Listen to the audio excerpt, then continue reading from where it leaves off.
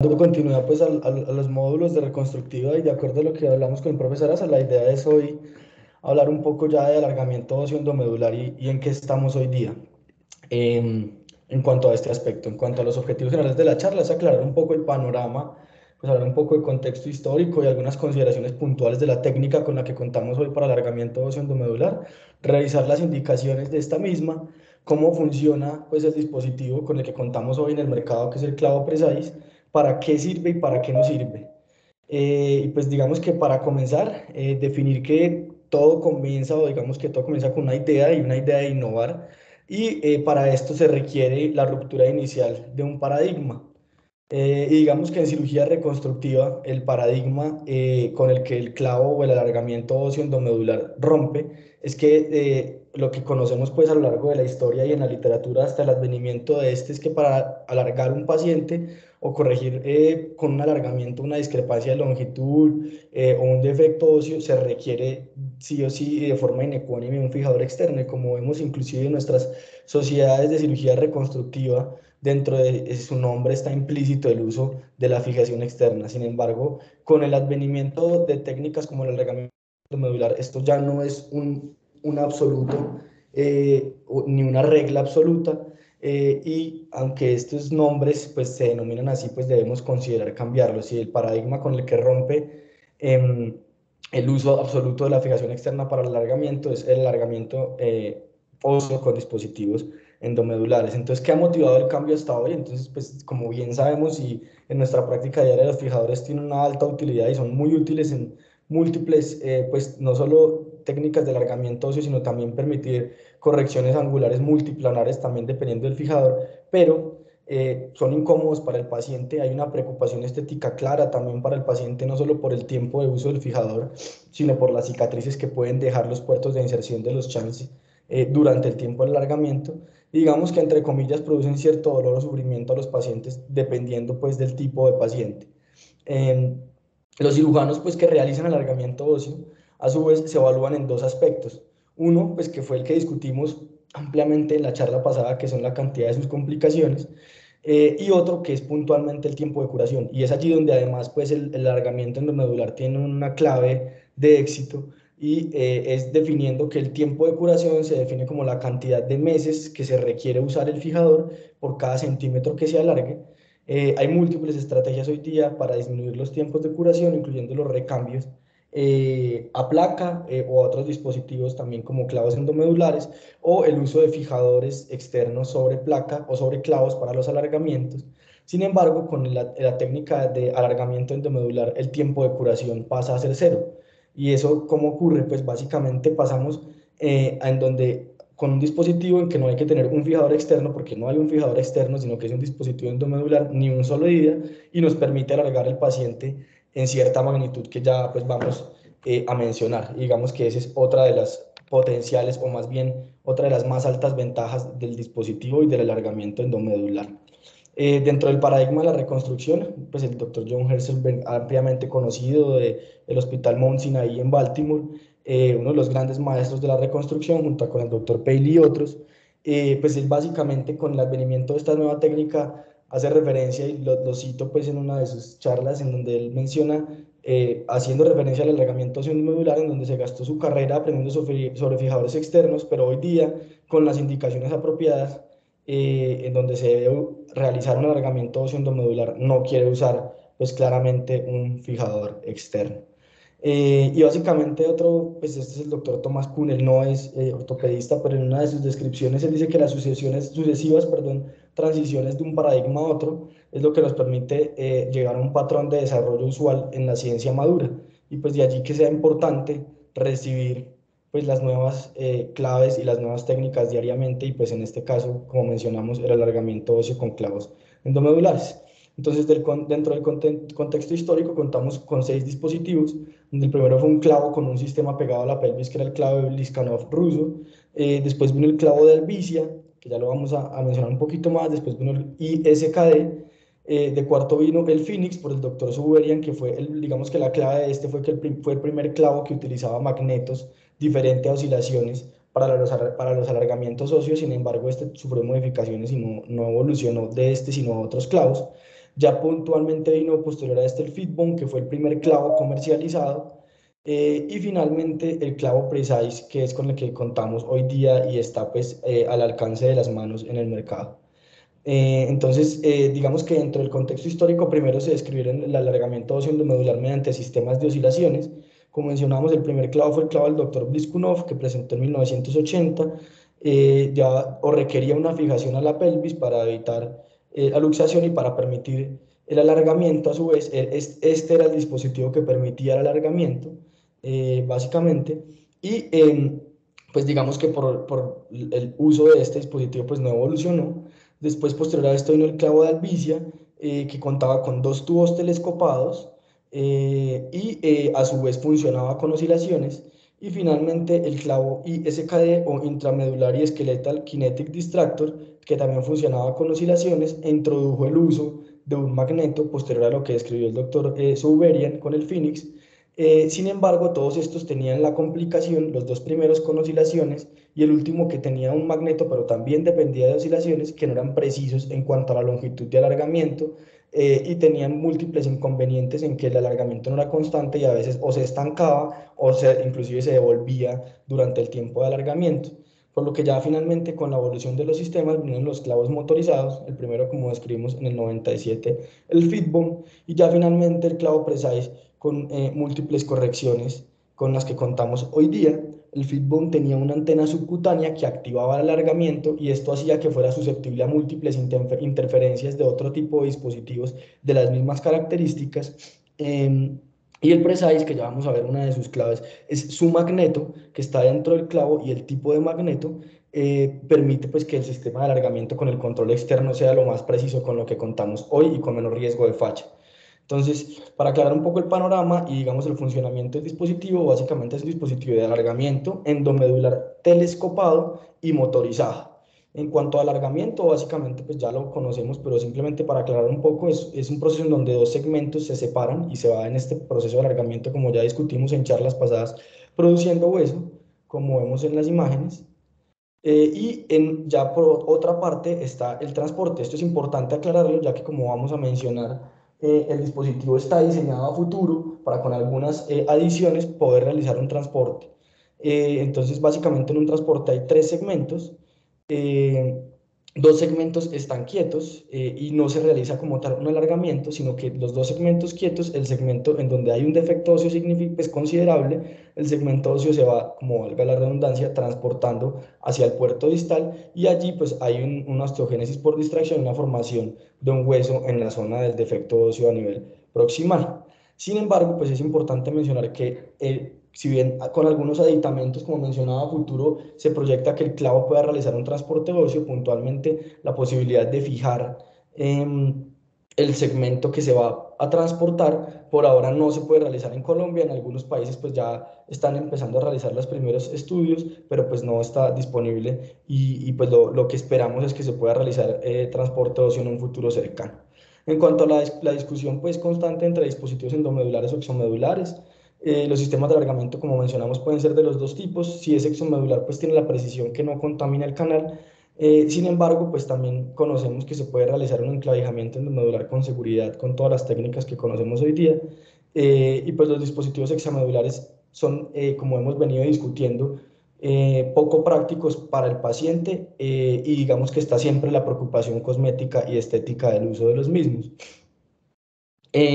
Y pues lo que conocemos en la literatura y lo que se ha venido publicando hasta hoy, entonces comparando los dos métodos, este es un artículo pues del doctor Hessenberg con sus primeros 16 pacientes llevados a alargamiento óseo endomedular versus fijación externa, en donde él hacía referencia puntualmente a 4 puntos, en donde todos pues era con mejores resultados la fijación endomedular, y es que los pacientes van a tener mayor satisfacción, menor dolor, mejor respuestas a la terapia física y pues claramente una mejor apariencia cosmética en lo que ellos hacen referencia.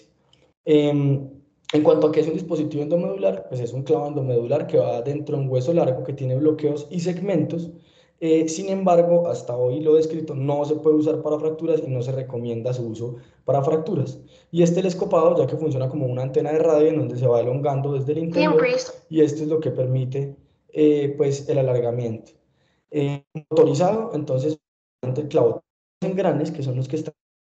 directamente con el motor magnético de su magneto interno, y en lo que ellos describieron o definieron como el magneto raro de la Tierra, así recibió ese nombre, el Rare Earth Magnet, que permite que de forma motorizada se pueda hacer girar con el uso de otros magnetos. Importante en cuanto al magneto raro de la Tierra es que es, una clave, es la clave pues, de la técnica en cuanto a precisión y menor porcentaje de fallas. En cuanto al mejor éxito para el alargamiento, permite, más bien es permanente y es mucho más potente, por lo que evita el riesgo de colapso de la osteogénesis o la callostasis. Fue desarrollada en el 82 por General Motors para otras aplicaciones, y tener muy presente que no es seguro para resonancias, por lo que está absolutamente contraindicado en estos pacientes portando el clavo, pues el uso de resonancias. Y el control remoto externo, que está directamente vinculado con el magneto, es ajustable en cuanto a la dirección del alargamiento, la frecuencia de los alargamientos y la cantidad diaria, y se puede monitorizar, que pues es también otra parte del éxito del tratamiento, todo esto mediante el uso o digamos dada la precisión que permite el magneto raro de la Tierra. En Colombia, los que cuentan o contamos con la técnica y con la casa pues que digamos que distribuye el clavo, el control se lleva a domicilio y digamos que a requerimiento y sugerencia del cirujano en cuanto a cambios o ajustes para el alargamiento. Eh, Tener muy presente que se necesita una distancia mínima desde pues al nivel el clavo endomedular hacia la piel para que funcione, y básicamente depende del diámetro del clavo, por lo que en pacientes obesos o con un abundante panículo adiposo esto puede ser un inconveniente y puede que haya una interferencia o una falla más bien para el alargamiento. En el clavo de diámetro de 8,5, que es el más pequeño, se requiere una distancia de la piel al clavo de 38 milímetros, en el de 10,7 de 53 milímetros, como hemos representado en la imagen, y en el de 12,5 de 77 milímetros. Eh,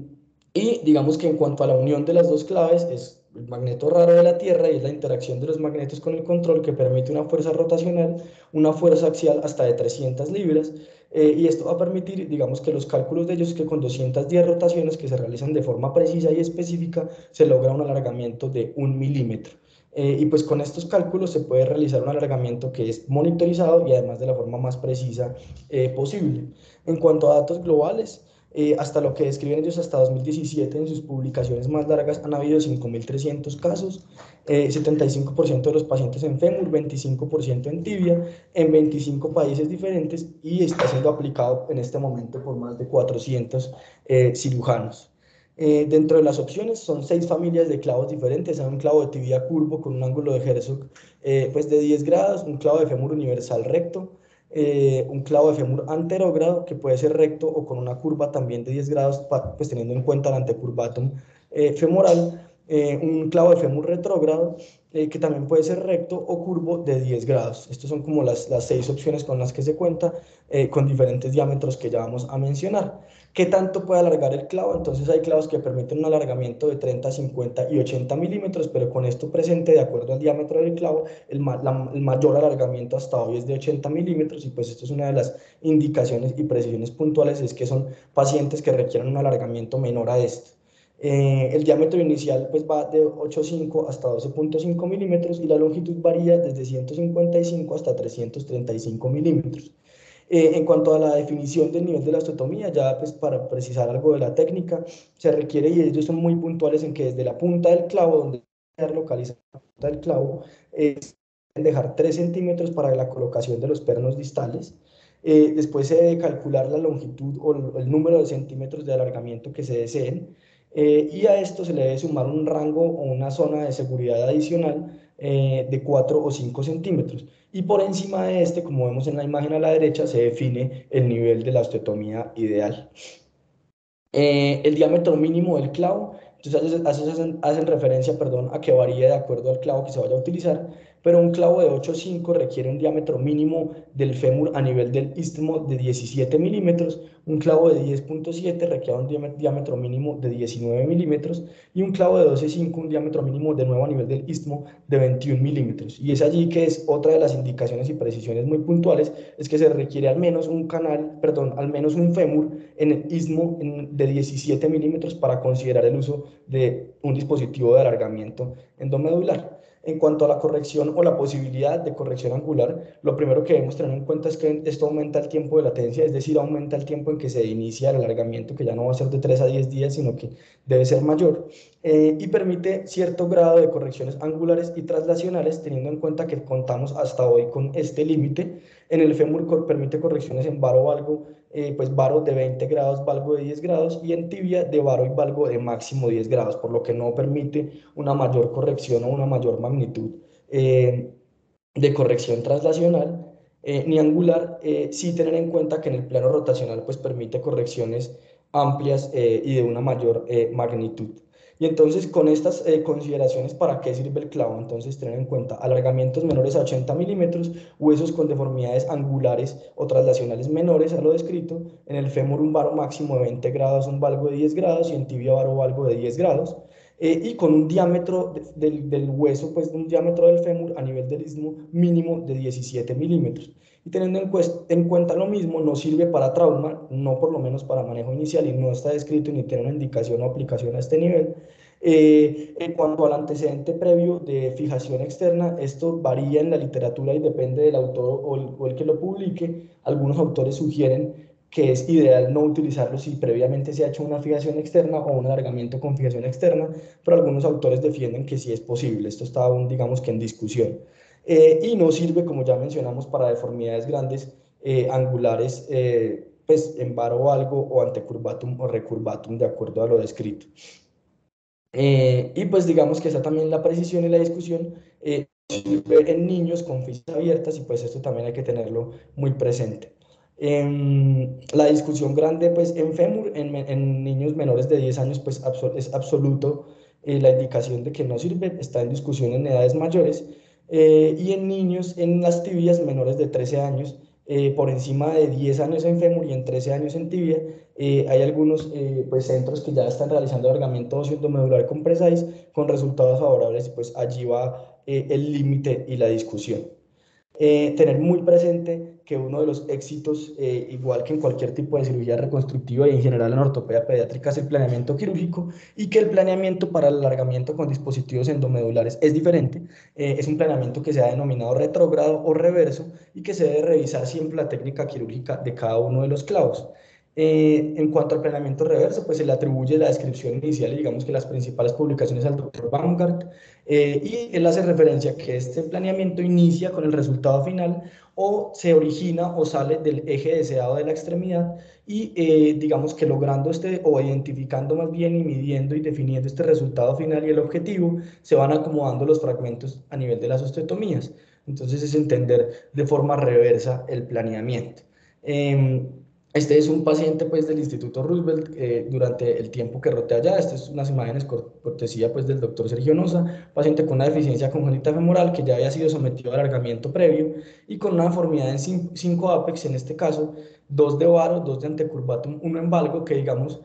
mantenían o respetaban la consideración de posibilidad de corrección angular con un dispositivo de alargamiento endomedular. Y en resumen, y simplemente como vemos en las imágenes, se calculan los 5 apex, se evalúa dónde se deben hacer las diferentes osteotomías para la corrección angular, y posterior a esto pues se define cómo va a ser el posicionamiento del clavo y los pernos de bloqueo. Entonces, como vemos, se busca este objetivo final, y con base a esto pues se va a evaluar el posicionamiento del clavo. Y este pues fue el resultado del paciente en su postoperatorio. Y simplemente para mencionar algo ya puntualmente de la técnica quirúrgica, entonces como vemos en las imágenes, en cuanto a la técnica de la tibia, se prepara la zona de la osteotomía, en este caso dicen que con pines, pero pues nosotros lo hacemos con broca, esto sin ninguna diferencia con la técnica de baja velocidad. Se hace una osteotomía al peroné, y ya se prepara pues el rimado, el fresado y el paso del clavo. Antes de que pase por la osteotomía, se completa la osteotomía con un escoplo, se avanza y ya se posicionan pues los pernos de bloqueo distales y proximales. Muy importante en cuanto a la tibia, que se debe posicionar un tornillo poste que va distal por fuera del clavo, manteniendo la unión tibiofibular distal. Esto pues digamos es importante a la hora posterior de evaluar el alargamiento, y siempre ellos recomiendan evaluar el alargamiento en el intraoperatorio inicial, o más bien que el dispositivo esté funcionando de forma adecuada una vez posicionado. En cuanto a la técnica del fémur,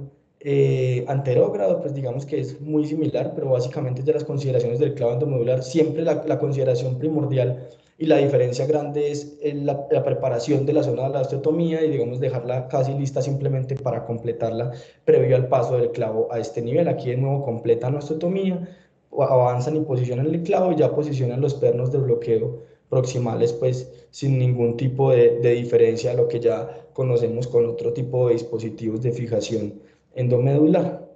Y de nuevo, pues realizar la evaluación del dispositivo de forma intraoperatoria y que se esté logrando el objetivo y esté funcionando de forma adecuada, con esos resultados de acuerdo a lo que yo muestro. Y en cuanto al fémur retrógrado, pues digamos que las mismas características, esto ya es un caso que también muestran en sus presentaciones, postoperatorio con una deformidad angular y tener en cuenta de forma pues precisa que para el manejo de las deformidades angulares, digamos de forma similar a lo que utilizamos en fracturas como método de reducción, pero en este caso para corregir las deformidades angulares, se describe el uso de tornillos polares de acuerdo a la deformidad y pues con las indicaciones que ya conocemos para el uso de esto de acuerdo a lo que estemos buscando corregir. Entonces, preparar de nuevo la zona de osteotomía, en este caso posicionaron de forma inicial los tornillos polares, de acuerdo a lo que se busca corregir, pueden ayudar, utilizan ayuda extractores femorales, perdón, o en este caso fijadores externos monoplanares para lograr esta corrección angular y mantenerla para posteriormente pues, realizar el paso y la fijación definitiva del clavo. Y estos pues son los resultados en los pacientes, de nuevo evaluar siempre que el dispositivo esté funcionando de forma correcta y los objetivos pues de alargamiento que se pueden lograr en el tiempo convenido con el paciente. Normalmente ellos recomiendan, una vez pues logrado el objetivo, dejar el clavo al menos un año previo a su retiro. Es lo que describen ellos pues en su técnica quirúrgica. Y a manera de conclusiones, pues digamos que el dispositivo pues ya no es tan nuevo, pero pues sigue siendo novedoso, innovador y con múltiples, digamos, cambios. Lo que viene ahora para este es la posibilidad de definir, de utilizarlo como transporte óseo con los aditamentos que va a requerir, perdón, pero pues es un nuevo juguete para nosotros. Cambiará el paradigma de los alargamientos óseos y pues digamos que esto es fundamental dentro de la discusión, es que cambia el paradigma del uso absoluto y único de la fijación externa para alargamientos óseos y sirve para muchas cosas, pero también no sirve para muchas otras y hay que tener muy claras sus indicaciones y sus contraindicaciones. Y hoy día, pues digamos que para mencionarlo es el estándar de oro para alargamientos óseos con correcciones angulares menores o deformidades muy pequeñas, de acuerdo a lo que revisamos, y pues la indicación como una técnica pues altamente demandante para tener un resultado que se realiza solamente en centros de excelencia con una curva y experiencia adecuada. Y pues esto era lo que traía.